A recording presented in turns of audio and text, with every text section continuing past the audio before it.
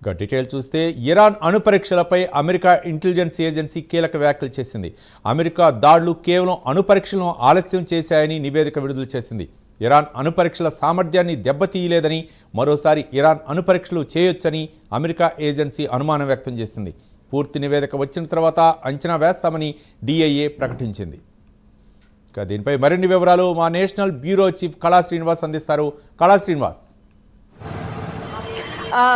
రవి, దాదాపు ఏదైతే మనకు ఇరాన్ ఇజ్రాయెల్ కి సంబంధించినటువంటి యుద్ధం ముగిసింది అంటూ డొనాల్డ్ ట్రంప్ ఒక కీలక ప్రకటన చేశారు.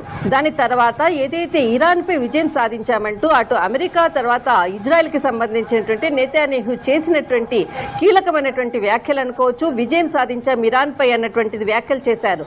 దీని తర్వాత ఒక కీలకమైనటువంటి అమెరికా ఇంటెలిజెన్స్ కు సంబంధించినటువంటి ఏజెన్సీ ఒక కీలకమైనటువంటి నివేదికను ప్రకటించింది. దాదాపు ఏదైతే ఇరాన్ సంబంధించినటువంటి అణు స్థావరాలపై మేము విజయం సాధించాము అంటూ కూడా అమెరికా ప్రకటించిన కొద్ది గంటల్లోనే ఇక్కడ ఏదైతే డిఫెన్స్ కి సంబంధించినటువంటి ఒక కీలక ప్రకటన చేసింది. అయితే అమెరికాకు సంబంధించినటువంటి ఏదైతే అంటే ఇరాన్ కి సంబంధించినటువంటి అణు స్థావరాలు మనకు పోర్టు, తర్వాత నాటాంజ్, తర్వాత ఇస్ఫహాన్ అన్నటువంటిది 3 అణు బాంబుకు సంబంధించినటువంటి స్థావరాలు. వీటిని ధ్వంసం చేశాము.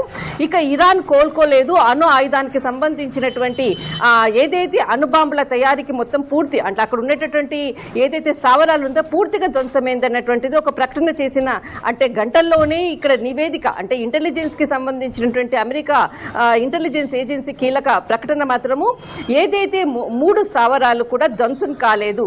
ఇరాన్ కి సంబంధించినటువంటి ఏదైతే అణు కార్యక్రమము ఏదైతే అణు స్థావరాలు మాత్రం ధ్వంసం కాలేదు. కొంత అణుకు సంబంధించినటువంటి ఏదైతే కార్యక్రమం ఉందో ఉత్పాదన ఉందో దానికి కొంత లేట్ అయ్యేటటువంటి అవకాశం మాత్రమే ఉంది అన్నది. తర్వాత అక్కడ ఏదైతే 400 యురేనియం నిల్వలు ఉన్నటువంటి ఏదైతే నిల్వలు ఉన్నటువంటి స్థావరాలు ఉందో వాటిని ముందు వేరే ప్లేస్ లోకి ఇజ్రాయెల్ అమెరికా దాడి చేస్తున్నటువంటి ముందస్తు సమాచారంతో అక్కడ నుంచి వాటిని తరలించినట్లు కూడా ఒక కీలకమైనటువంటి నివేదికను మాత్రం ప్రకటించింది. అయితే ఇక్కడ ఏదైతే ముందు కూడా ఇరాన్ కి సంబంధించినటువంటి అణు ఉత్పత్తి అనుకోవచ్చు, ఏదైతే అణు బాంబు కార్యక్రమం అనుకోవచ్చు, ఇప్పటితో కూడా లేదు ఇంకా ముందు కూడా చేసే ప్రయత్నాలను మాత్రం ఖచ్చితంగా చేస్తుంది ఇరాన్ అంటూ కూడా ఇక్కడ అమెరికా నివేదికను ఒక ఇంటెలిజెన్స్ నివేదికను ప్రకటించింది. దీనిపై ఏదైతే నివేదిక ప్రకటించగానే వైట్ హౌస్ ఒక ఘాటైనటువంటి వ్యాఖ్యలతో ఒక కీలకమైనటువంటి వ్యాఖ్యలు చేసింది.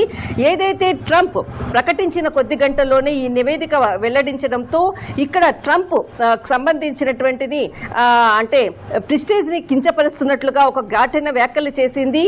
ఇక్కడ అమెరికాకు సంబంధించినటువంటిది అంటే ఇక్కడ యుద్ధంలో అమెరికాకు సంబంధించినటువంటి సైనికులను కించపరుస్తున్నట్లు కూడా ఇక్కడ ఇంటెలిజెన్స్ నివేదిక ఉంది. తర్వాత ట్రంప్ ఏదైతే ఇరాన్ ఇజ్రాయెల్ కి మధ్య శాంతి చేకూర్చాలి, తర్వాత ఇరాన్ కి సంబంధించినటువంటి అణు కార్యక్రమాన్ని కూడా రద్దు చేసే విధంగా ఏదైతే యుద్ధాన్ని శాంతింప చేశారో దానికి పూర్తి విరుద్ధంగా నివేదిక ఇచ్చారు. దీనిని బయటికి ఈ విధంగా ప్రకటించడం అన్నది కూడా ఇక్కడ అంటే దేశ ప్రతిష్ట కావచ్చు, వైట్ హౌస్ ప్రతిష్ట కానీ కించపరిచే విధంగా ఉందంటూ కూడా చాలా కీలకమైనటువంటి వ్యాఖ్యలు చేసింది. మొత్తం మీద ఏదైతే ఇరాన్ ఇజ్రాయెల్కి నేను యుద్ధాన్ని ఆపానంటూ ఒక కీలక వ్యాఖ్యలు చేసినటువంటి డొనాల్డ్ ట్రంప్ ఇక్కడ ఏదైతే ఇంటెలిజెన్స్ నివేదిక ఇచ్చిన దాని ప్రకారంగా చూస్తే అక్కడ ఇరాన్ కి సంబంధించినటువంటి ఏదైతే స్థావరాలు మాత్రం ధ్వంసం కాలేదు. ఇప్పటికీ కూడా అక్కడ ఏదైతే అక్కడ నిల్వలు యురేనియం నిల్వలకు సంబంధించినటువంటి ఏదైతే సెంట్రిఫ్యూజ్ కి సంబంధించినటువంటిది అంతా కూడా సేఫ్ గానే ఉంది అన్నటువంటిది ఏదైతే ఇరాన్ చెప్పినటువంటి విషయాలు మాత్రం ఇది ఒక అంటే నివేదిక ఒకే విధంగా ఉంది. అటు ఇరాన్ ప్రకటించిన ప్రకటన కూడా ఉంది. ముందు కూడా మేము ఏది కూడా అణుబాంబుకు సంబంధించినటువంటి కార్యక్రమాన్ని ముందు కూడా మేము ముందుకు తీసుకెళ్తాము, కానీ ఈ యుద్ధం వల్ల మేము విజయం సాధించాము అన్నటువంటి ఏదైతే ఇరాన్ ప్రకటన తర్వాత ఇంటెలిజెన్స్ కి సంబంధించినటువంటి అమెరికా ఇంటెలిజెన్స్ నివేదిక ఒకేలా ఉండడంతో ఒక్కసారి వైట్ హౌస్ మాత్రము ఘాటైన వ్యాఖ్యలతో ఇంటెలిజెన్స్ ఏజెన్సీని మాత్రము కీలక వ్యాఖ్యలు చేసింది. రవి, రైట్, థ్యాంక్ యూ కళా శ్రీనివాస్.